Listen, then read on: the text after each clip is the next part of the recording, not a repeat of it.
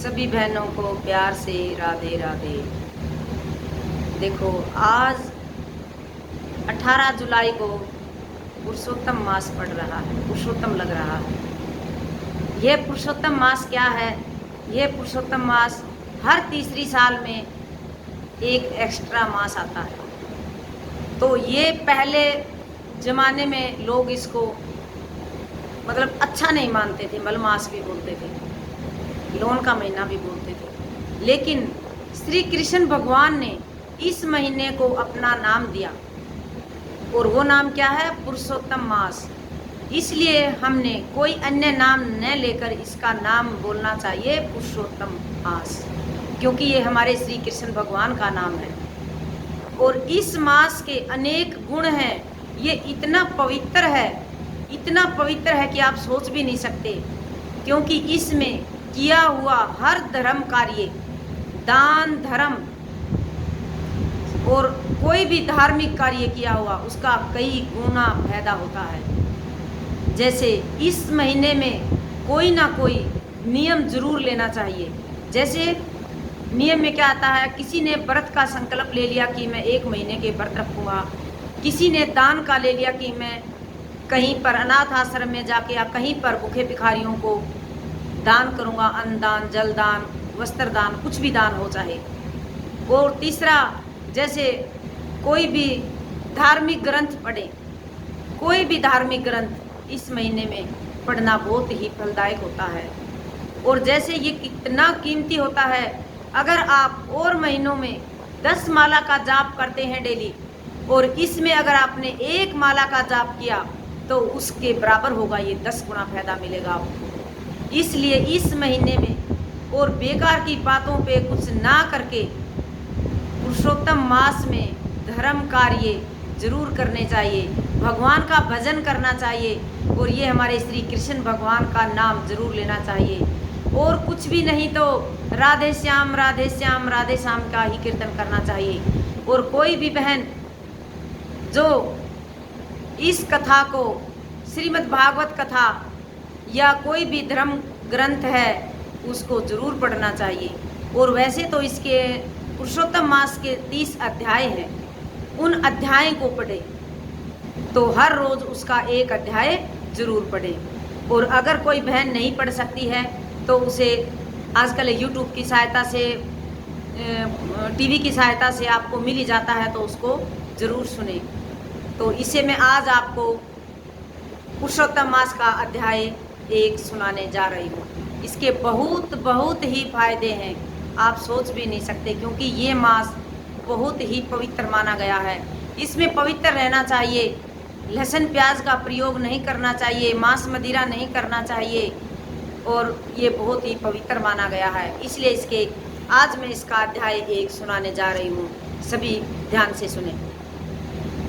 देखो, इसमें ये सोच लो कि ये एक सुख सागर है।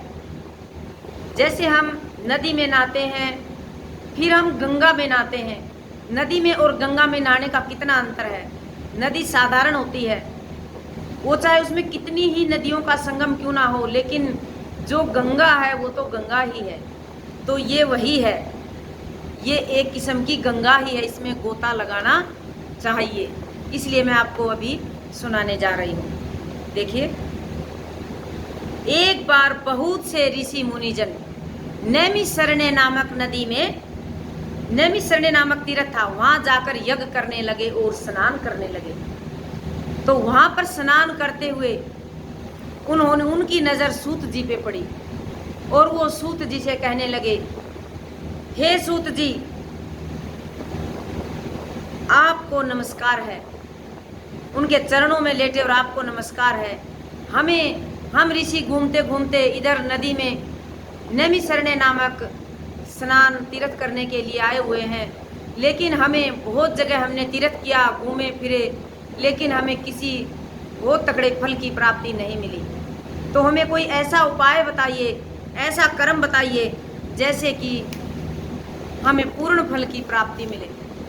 तो सूत जी क्या कहते हैं, और वो कैसे थे? वो जो ऋषि मुनि थे, उनके गले में तुलसी माला और जटाओं में मुकुट धारण किए हुए अद्भुत मंत्र जपते हुए आ रहे थे, लेकिन फिर भी सूत जी को देखकर वो एकदम मगन हुए और सोचा कि ये कितना भाग्यशाली है। सूत जी ने श्रीमद् भागवत कथा का श्रवण उन्होंने श्रीमद् भागवत कथा को सभी को सुनाया था, इसलिए सूत जी से पूछने लगे और मुनियों ने हाथ जोड़कर प्रार्थना की, हे सूत जी, सब लोगों को भगवान की अद्भुत कथाओं को सुनने की इच्छा है। तब सूत जी ने प्रसन्नता से कहा, हे ऋषियों, हाथ जोड़कर प्रणाम किया। हे ऋषि कहने लगे, हे सूत जी, आपके लिए सुंदर आसन बनाया है, इस पर बैठिए और हमें कथा का श्रवण कराइए।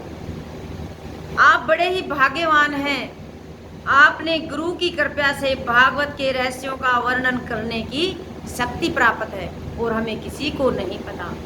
तो इस संसार सागर में हजारों बातें सुनने योग्य हैं, बहुत से ज्ञान हैं, लेकिन जो श्रीमद् भागवत कथा में जो ज्ञान है और इसके सुनने से जो हमें फल की प्राप्ति होती है वो और किसी में नहीं है। ये वो ऋषि श्री सूत जी को कहते हैं। परंतु संसार सागर डूबते हुओं को पार करने के लिए जो शुभ श्रेष्ठ कथा है वो आपके विचार में ही है, वो आप हमें बताइए, क्योंकि हम तो इस संसार सागर में डूबे हुए हैं और हम चाहते क्या हैं, मुक्ति धाम। तो मुक्ति धाम का आप ही रहस्य बता सकते हैं। तो शौनकादियों के पूछे जाने पर श्री सूत जी कहने लगे, हे विप्रो, मेरे वचनों को जरा ध्यान से सुनो। मैं पहले पुष्कर तीर्थ गया, वहां से हजारों तीर्थों में होता हुआ हस्तिनापुर गया। वो सूत जी पहले अपना बता रहे हैं, अपने बारे में अपना परिचय दे रहे हैं। वहां राजा परीक्षित अपने राज्य को छोड़कर अनेक महापुण्यवान ऋषियों के साथ गंगा किनारे जा रहे थे। उनमें अनेक सिद्ध योगी महासिद्ध मुनि थे। मैं वहां पर उस समाज को पूछ ही रहा था, वहां श्री कृष्ण भगवान के चरण कमल मन में लगाए महामुनि व्यास जी के पुत्र सुखदेव जी पधारे, जिनकी 8 वर्ष की आयु थी। शंख के समान कंठ, ऊंचे और चिकने केसों से घिरा हुआ मुख, दृढ़ कंधे, चिकने केसों से घिरा हुआ मुख और दृढ़ कंधे, चमकती हुई कांति थी। वह अद्भुत वेश महास्वरूप थे सुखदेव जी।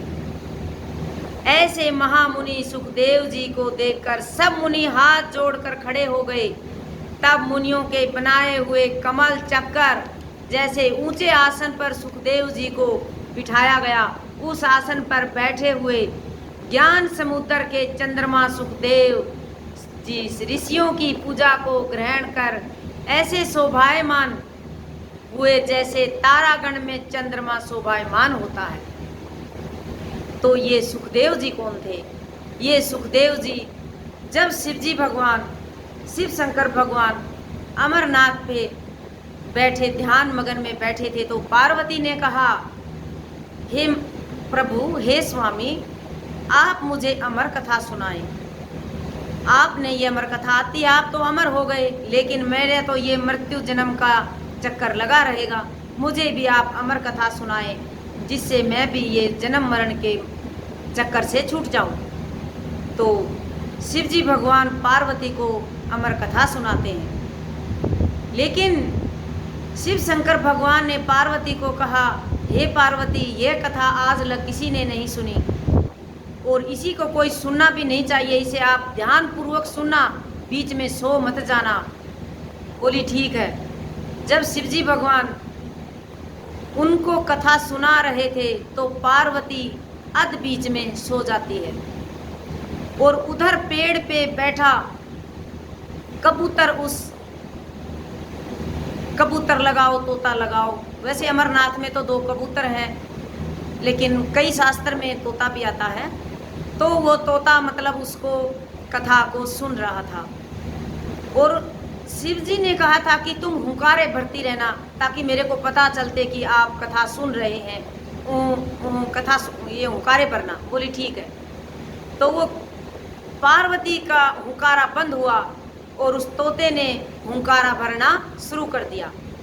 लेकिन शिव जी ने तो सोचा कि ये पार्वती ही हुंकारा भर रही है, वो तो अपनी कथा में लीन थे। तब पूरी कथा हुई, तब शिव जी ने देखा कि पार्वती तो सो रही हैं। तो सोचा कि पार्वती सो रही हैं तो ये हुंकारा किसने भरा, ये कथा किसने सुनी।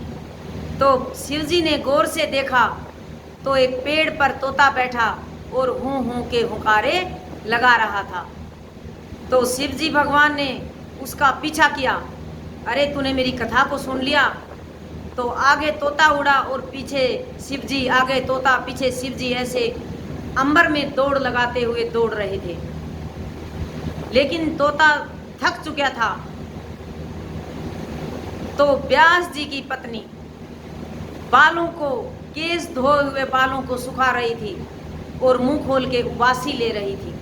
जैसे ही उसने बालों को पीछे किया, उसका मुंह खुला और तोता उसके अंदर प्रवेश कर गया। प्रवेश करने के बाद शिव जी तो वहाँ देखते रह गए, भाई ये तो अंदर प्रवेश करेगा, अब स्त्री को मारना ठीक नहीं है। तो शिव जी वापसी अपने धाम में अमरनाथ पे चले गए और व्यास की पत्नी के पेट में वो गर्भ पलता रहा। लेकिन वो गर्भ 12 महीने रहा। वैसे तो गर्भ 9 महीने का होता है, लेकिन 12 महीने हो गया, वो तो अंदर ही रहा। अब व्यास जी को भी चिंता हुई कि ये गर्भ तो बाहर ही नहीं आ रहा, भाई बच्चा बाहर आने का नाम नहीं है, ये क्या होगा। तो उसने भगवानों से, विष्णु से प्रार्थना की कि मेरी पत्नी के गर्भ है लेकिन गर्भ हो नहीं रहा, क्या बात है। तो भगवानों की कृपा से उसका जन्म हुआ और व्यास की पत्नी के पेट से सुखदेव जी की प्राप्ति हुई। सुखदेव जी ने जन्म लिया और तभी से उसका नाम सुखदेव। सुख किसको कहते हैं? तोते को कहते हैं। तो उन्होंने पता था कि तोता अंदर गया है, इतना तो व्यास जी को पता था क्योंकि वो तो बड़ा महान ऋषि था। तो उसने उसका नाम सुखदेव रखा। और उसने तो अमर कथा पहले ही सुनी थी, उसके अंदर तो पूर्ण ज्ञान था। तो ये कथा सुखदेव जी ने राजा परीक्षित को सुनाई थी। तो इसी पर वहाँ इसका वर्णन किया गया है। और आज यहीं पर ये पहला अध्याय संपन्न होता है और कल इसी का दूसरा अध्याय मैं आप लोगों को सुनाऊंगी। इसलिए सभी बहनों को प्यार से राधे राधे। लेकिन बहनों, ये सच है कि आप इस अध्याय को ज़रूर सुनना। देखना, आप जब 30 अध्याय सुनोगे तो आपको खुद ही पता चलेगा कितनी आत्म शांति मिलती है। इतने इतने ऋषि होकर चले गए, ऋषि मुनि होकर चले गए, और कितने देवताओं को भी इनकी प्राप्ति नहीं होती है। हमें मनुष्य जीवन मिला है तो हमें कुछ करना चाहिए। भगवत प्राप्ति तभी होगी जब हम भगवान का भजन करेंगे। वो भजन प्रभु का आप राधे श्याम भी रट सकते हो, राधे कृष्णा भी रट सकते हो, राधे राधे भी रट सकते हो। और इस पुरुषोत्तम मास में तो ज़्यादातर भजन भाव में लगना चाहिए, भजन करना चाहिए। सभी बहनों को प्रेम से राधे राधे।